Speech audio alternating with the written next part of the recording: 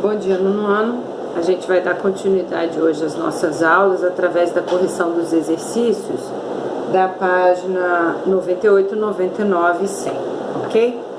Então, eu queria que vocês abrissem o livro na página 98, no texto Receita de Ano Novo, porque a gente precisa estar corrigindo esses exercícios para vocês fixarem a matéria, certo? Então, vamos lá. Na questão número 5, a gente precisava ter lido esse texto, e porque são questões interpretativas, e vocês precisam acertar elas de forma clara, porque senão não é interpretação correta. Então, vamos lá. A número 5, ela pergunta assim: observe que nos 12 versos iniciais, então só até o 12, o eu lírico constrói duas ideias: uma finalidade para ganhar um ano novo e a caracterização desse possível ano novo. Complete a frase a seguir copiando os termos que caracterizam esse ano novo nos 12 versos iniciais do poema. Então vamos lá. O ano novo proposto pelo eu lírico será. Quem não conseguir acompanhar aqui, eu dou uma dica. Vai lá no comecinho do texto e vai marcando as frases que eu for falando, porque aí depois fica mais fácil para copiar. Primeira frase: como todo tempo já vivido. Essa é a primeira. Ela está na terceira linha. Depois, não apenas pintado de novo. Ela já está lá na sexta linha, ok? Não apenas pintado de novo.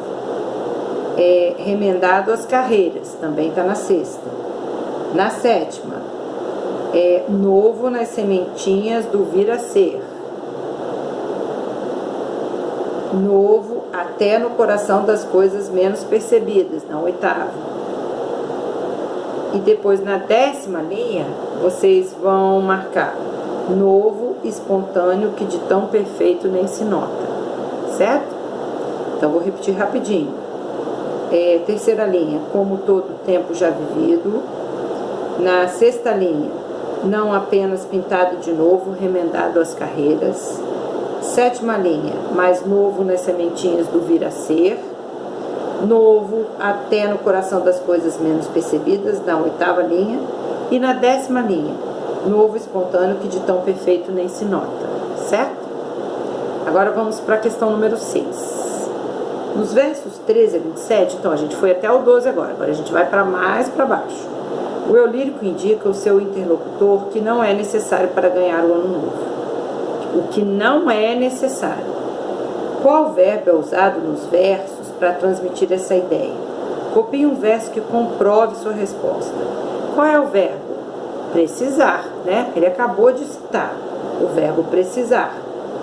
E aí ele começa dizendo assim: não precisa expedir nem receber mensagens. Não precisa fazer lista de boas intenções. Não precisa chorar de arrependido. Qualquer um desses que vocês colocarem vai estar certo, tá? Só para exemplificar.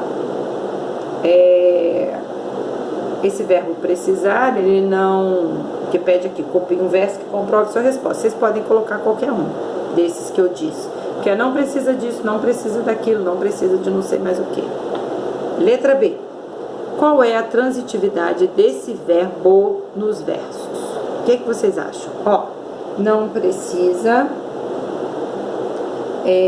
fazer lista de boas intenções. Não precisa o quê? Fazer listas de boas intenções. Depois, não precisa chorar de arrependido. Não precisa o quê? Chorar de arrependido. Então, tá na cara que é o quê? Transitivo direto, certo? Então, essa é a resposta da letra B do número 6. Transitivo direto. Exige complemento, mas sem preposição. Então, não tem preposição nenhuma. Exige só o complemento. Número 7. Nos versos finais, o eu lírico repete as estruturas, agora orientando o interlocutor ao que realmente deve ser feito. Então, primeiro as pessoas dizem o que tem que ser feito, né, na cabeça delas. Depois o interlocutor, depois o autor diz o que não deve ser feito. E agora ele vai dizendo o que realmente deve ser feito. Então, vamos lá. Observe que o verbo merecer, ele é usado nos versos 29 e 30. Vamos lá, 29 e 30. Que mereça este nome, você, meu caro, tem de merecê-lo. Este verbo tem o mesmo complemento em ambos os versos, vocês acham? O verbo merecer tem o mesmo complemento? Não. Vamos ver por quê? Que mereça este nome. Tem de merecê-lo. Olha a diferença. Então, o verbo merecer não tem o mesmo complemento nos dois versos, tá? Mas são classificados da mesma forma. Mas, na verdade, ambos são objetos diretos. E quais são eles? A gente sabe? No primeiro, que é o merecer, a ocorrência é este nome, merecer este nome. E na segunda, o pronome oblíquo, que no caso é lo, que é na verdade o o.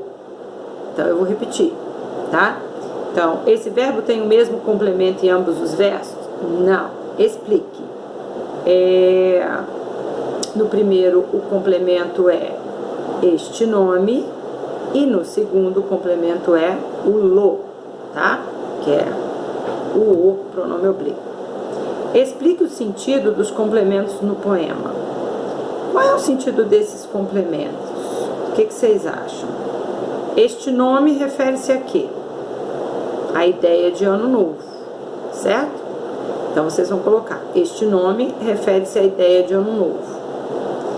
E o lo, no caso, o pronome oblíquo o, refere-se ao quê? Ao ano novo também. Então, na verdade, eles acabam se referindo à mesma coisa, ao ano novo. Número 8. Releia este verso, mas tente, experimente, consciente. Vamos ver por quê. As palavras que rimam têm a mesma classe gramatical. Sim ou não? Justifique sua resposta. Vamos ver lá no texto? É assim. Você, meu caro, tem de merecê-lo, tem de fazê-lo novo. Eu sei que não é fácil, mas tente, experimente, consciente. As palavras que rimam têm a mesma classe gramatical?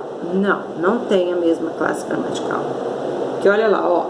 Tente, experimente. O que elas são? Verbos, né? Então, as duas primeiras são verbos e a última é o quê? Consciente, adjetivo, tá? Então, por isso que elas não têm a mesma classe gramatical. Letra B. Algumas vezes, verbos transitivos podem ser empregados sem complemento explícito. Essa afirmativa corresponde ao caso dos verbos desse verso. Então, na verdade, pode não aparecer. Ele não tem um complemento explícito, mas a gente consegue distinguir o que é. Então, vamos lá. Sim, ela corresponde. Os verbos tentar e experimentar normalmente são transitivos, nesse caso aqui.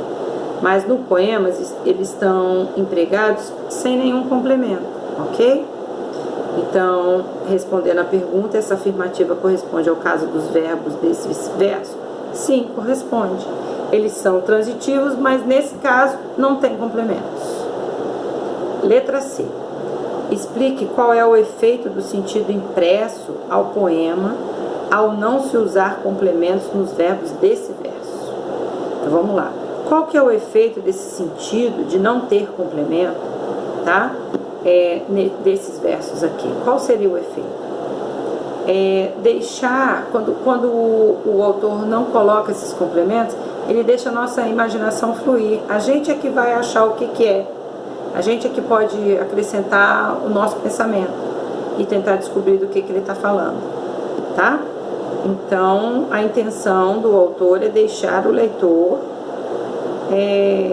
descobrir, colocar o que ele acha que é, certo? É isso. Porque às vezes a pessoa pensa que é uma coisa e o outro fala que é outra coisa. Virando a folha, vamos para a letra D. Reescreva o verso, inserindo complementos para esses dois verbos de acordo com a vontade sua de tentar experimentar algo. Compartilhe com os colegas. Essa é uma questão pessoal, tá? Então, vocês vão ter que pegar os versos, né, que a gente acabou de ver aqui na questão, que a gente acabou falando deles o tempo todo aqui na questão 8. E vocês vão colocar complementos. Você pode pegar lá e coloque assim, vamos ver, tente fazer de novo, experimente ser feliz, tente trabalhar mais, experimente correr atrás, qualquer coisa diferente assim, para melhorar o seu ano novo, ok? E aí é com vocês. E a nossa última questão, que é a questão 9, VOF, considerando os elementos linguísticos destacados e o sentido que estabelece no poema no estudo. Certo. A expressão de tão perfeito nem se nota apresenta valor de consequência? Sim, claro que sim. A consequência de não se notar, mas é muito perfeito, mas não se nota. Verdadeiro. O conectivo mas no verso, mas, novo, nas sementinhas, do vir a ser, detém sentido adversativo? Se vocês tiverem dúvidas, vocês têm que olhar no texto. Detém sim, verdadeiro. O pronome se, na passagem se ama, se compreende, indica condição? Não indica condição, é falso. A locução a partir de, no verso, a partir de janeiro as coisas mudam, transmite ideia de tempo? Verdadeiro, indica sim, ideia de tempo. A preposição para, repetida ao longo do poema, tem valor semântico de causa? Falso. O termo apenas, na passagem apenas pintado, pode ser substituído por somente sem alteração de sentido? Verdadeiro. Na passagem pelas besteiras consumadas, tem-se ideia de explicação? Falso. No Desenvolvendo Habilidades, que é um poema que se chama Três Coisas, ele diz assim: não consigo entender o tempo, a morte, teu olhar. O tempo é muito comprido, a morte não tem sentido, teu olhar me põe perdido. Não consigo medir o tempo, a morte, teu olhar. O tempo quando é que cessa, a morte quando começa, teu olhar quando se expressa. Muito medo tenho do tempo, da morte, de teu olhar. O tempo levanta o muro, a morte será o escuro, em teu olhar me procura. O título do poema de Paulo Mendes Campos faz referência a três elementos, né? Ele repete o tempo. O tempo, a morte, teu olhar. Cuja função na primeira oração é o quê? O que vocês acham que é a função? Indicar os termos essenciais da oração, completar o sentido de um verbo transitivo direto, associar-se a um verbo transitivo indireto, atribuir características ao sujeito, modificar o verbo indicando circunstâncias? Não. Na verdade, ele responde o quê? A primeira frase, não consigo entender. Não consigo entender o quê? O tempo, a morte, teu olhar. Então, qual é a questão certa? A letra B, de bola, ok? Pegue essa tirinha e faça as atividades 3 e 4. Porque eu não posso ficar acordada até tarde? Vocês podem, não é justo. Aí o pai do Calvin diz: o mundo não é justo, Calvin. Eu sei, mas porque nunca é injusto ao meu favor. Na verdade, ele fica chateado, porque ele não pode dormir até tarde e as outras pessoas podem, né? Sobre a linguagem visual e verbal, dos 3 primeiros quadrinhos da tira, assinale a alternativa incorreta. Nós temos aqui 4 opções de resposta, tá? Para quem lê o texto, fica bem clara a resposta dessa questão. E ela é a letra B de bola também. Olha bem, no primeiro quadrinho, Calvin expressa sua indignação por meio de orações que compara a situação dele com a dos pais. Para isso, ele emprega, entre outras, a forma posso e podem, como transitivas indiretas. No caso da forma podem, o objeto indireto está implícito. A gente sabe qual é, mas não está falando lá no texto. Vamos para... Ih, gente, eu pulei a número 2, fui direto para 3, mas não tem problema não, a gente corrige a número 2 lá, tá? Lá em cima. Assinale a alternativa correta sobre os versos do poema. O tempo é muito comprido, comprido é objeto direto. Não. A morte não tem sentido, o verbo é intransitivo. Claro que não, né, gente? Em teu olhar me põe perdido, perdido é predicativo. Certo, é isso mesmo. Em não consigo medir o tempo, a morte, teu olhar, o verbo não apresenta complemento. Claro que apresenta complemento. Em muito medo tenho, a oração está na ordem direta. Não está, está na ordem indireta. Qual é a resposta correta, então? Letra C. E tinha uma mais aqui embaixo. No terceiro quadrinho, a fala do pai do menino tem uma expressão em negrito. que indica que ele destacou essa expressão ao falar. No caso, era o sujeito de oração, não é o sujeito de oração. Para a gente terminar, a gente vai corrigir a número 4. A respeito do último quadrinho da tira, assinale a alternativa incorreta. Olha só, é a letra D. Na segunda oração da fala de Calvin, o que provoca humor é o objeto direto, que tem sentido diferente do que se costuma esperar. Terminamos nossa matéria de gramática e amanhã a gente vai estar fazendo produção de texto com a nova matéria do módulo 6, ok? Beijinhos, tchauzinho.